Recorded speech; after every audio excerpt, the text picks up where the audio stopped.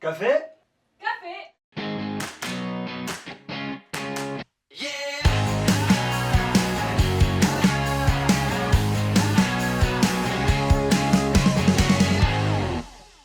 Ah non, c'est pas droit là. Oh la boulette. Attends. Ni vu, ni connu. Jesus Coffee, bon matin à toi mon ami, je sais que tu attendais cette petite émission. Alors je suis là aujourd'hui avec une thématique qui t'intéressera, j'en suis certaine, parce que je crois qu'elle intéresse beaucoup de chrétiens.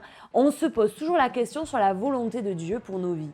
Est-ce que je suis dans la volonté de Dieu? Qu'est-ce que je dois faire? Comment est-ce que je la trouve? Comment est-ce que je recherche la volonté de Dieu? Et on a, nous, dans nos églises, alors on peut aller dans recherche le Saint-Esprit pour qu'il nous parle de plus en plus. On va dans des excès plus ou moins voilà, différents les uns des autres parce que nous avons tous des besoins et nous avons tous des questions à poser à Dieu. Et quelquefois pour nos vies, pour notre ministère, pour notre famille, pour notre travail, pour notre mariage, on recherche la volonté de Dieu et c'est bien de rechercher la volonté de Dieu. Mais comment faire concrètement quand on est un enfant de Dieu? Pourquoi rechercher la volonté de Dieu? En fait, à la base, je vais juste vous dire ça. L'Éternel est mon berger, je ne manquerai de rien. Il me conduit vers des verts pâturages, il me guide, il prend soin de moi. Va voir le psaume 23. Relis-le et tu vois qu'il y a comme une direction que Dieu veut pour ta vie, pour te conduire et te guider. Et en fait, l'idée que Dieu guide implique que nous vivons selon une voie qu'il a tracée pour notre vie et qui a un but dans le présent, mais aussi dans l'avenir, une destinée pour demain. Donc, la volonté de Dieu, c'est pour maintenant, mais ça trace comme un chemin parce qu'il a déjà tracé un chemin pour ta vie. Donc, concrètement, comment faire ? Moi je crois, et la Bible est claire à ce sujet, on ne peut connaître la volonté de Dieu sans connaître Dieu en réalité. On a besoin de connaître son cœur, on a besoin de le connaître lui, personnellement dans l'intimité. Je connais pas mal de personnes qui recherchent la volonté de Dieu dans les visions, dans les songes. Alors ils cherchent des choses par l'esprit, ils recherchent à être inspirés, Saint-Esprit parle-moi, mais ils ne connaissent pas les Écritures. Vous savez, la seule source, il n'y en a pas deux. Il y a une seule source de connaissance de Dieu, c'est la parole. On ne peut connaître Dieu sans connaître la parole.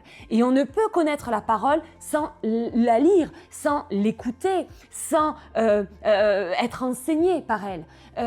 Donc c'est important de connaître la parole de Dieu. Pour connaître la parole de Dieu, il faut la lire, il faut la méditer. C'est pas juste des écrits. La méditation, c'est pas... C'est pas ça la méditation. C'est pas juste je lis, non, je prie dessus. Je cherche des secrets qu'il y a à l'intérieur. Et là, je vais connaître le cœur de Dieu, qui va me conduire dans ma destinée, qui va me conduire dans sa volonté, pour ma vie. Quand je connais Dieu, le Saint-Esprit m'inspire. Il ne peut y avoir, et ça, c'est très important de bien le souligner, il ne peut pas y avoir autre chose que le Saint-Esprit ne peut pas te conduire dans autre chose que ce que la parole va te dire. Si le Saint-Esprit te demande d'aller, à Tombouctou-les-Bains, d'abandonner ta femme, d'abandonner ta famille, il se peut que tu sois peut-être pas dans la volonté de Dieu, parce que Dieu veut que tu t'occupes de ta famille aussi. Alors soit ils viennent avec toi, si tu as bien compris. Je grossis pour qu'on comprenne, pour que tu comprennes ce matin que la volonté de Dieu, c'est tu ne peux pas la connaître si tu ne connais pas Dieu et tu ne peux pas être inspiré justement par l'Esprit parce que l'Esprit ne te conduira que dans la parole de Dieu. Et comment veux-tu qu'il te rappelle les versets dans ton cœur si toi tu ne la lis pas, si tu ne la médites pas? C'est très important. Ça, c'est la première des choses, la première clé. Connaître Dieu par les Écritures. La deuxième chose, c'est ta motivation. Connaître Dieu, rechercher la volonté de Dieu, c'est important de comprendre que quand on recherche la volonté de Dieu, tout est fait pour sa gloire. Tout est fait pour sa gloire. Ta destinée, tout ce qu'il a tracé, c'est pour sa gloire à lui. Donc si dans ce que tu penses qu'il a tracé, il y a quelque chose qui te ramène à toi-même, il y a quelque chose qui va t'élever toi, il y a quelque chose qui va te faire dévier du chemin, c'est que peut-être tu n'es pas dans la volonté de Dieu. La volonté de Dieu t'amènera toujours à le glorifier. Si nous ne recherchons pas sa gloire, nous ne pouvons marcher dans la vie qu'il bénit. C'est très important, je vais le répéter, si tu ne recherches pas sa gloire, tu ne peux pas marcher dans la vie qu'il va bénir pour toi. Donc c'est important de sonder ton cœur. Sonde ton cœur, rentre à l'intérieur de toi-même et examine-le. Est-ce que ce que tu es en train de faire glorifie Jésus? Est-ce que ce que tu es en train de faire, ta décision que tu prends pour ta vie, pour ton mariage, pour peut-être la personne avec qui tu vas vivre, pour ton travail, est-ce que ça va glorifier Dieu ou pas? Donc c'est important. La troisième clé, c'est ta conduite. Pose-toi des questions. Ok. Par rapport à ton travail, par rapport à quel que soit le domaine où tu recherches la volonté de Dieu, pose-toi cette question. Est-ce que c'est utile? Est-ce que ça sert à quelque chose? Est-ce que c'est permis par la parole? Ces trois petites questions je pense que tu te souviens du petit verset qui dit « Tout est permis, mais tout n'est pas utile ». Voilà, c'est ça en fait. Pose-toi cette question. Trois petites choses. Est-ce que c'est permis? Est-ce que c'est utile? Et est-ce que ça ne m'asservit pas? Est-ce que je ne suis pas en train de me mettre sous un joug qui n'est pas bon?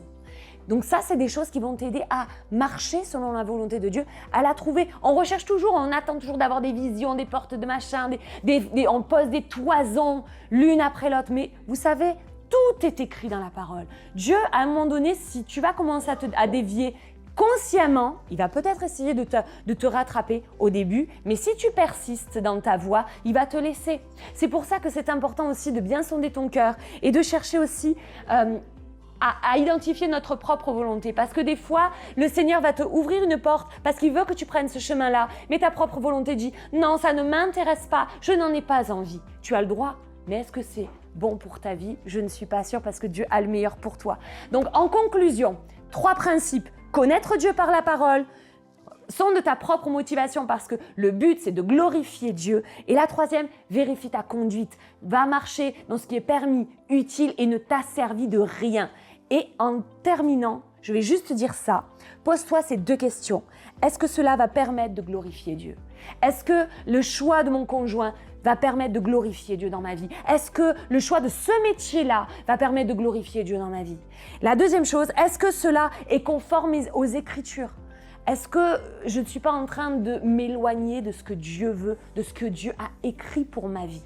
Et surtout, prie, mets-toi dans ta chambre, ferme ta porte, prie dans le secret et demande à Dieu de t'inspirer, de bien comprendre la parole. Parce que c'est important de bien sonder les Écritures pour que tu ne te trompes pas de chemin. Le Seigneur guide tes pas. Le Seigneur prend soin de toi. Le Seigneur a tracé une voie pour ta destinée. Alors ne passe pas à côté de la volonté de Dieu pour ta vie. Sois béni.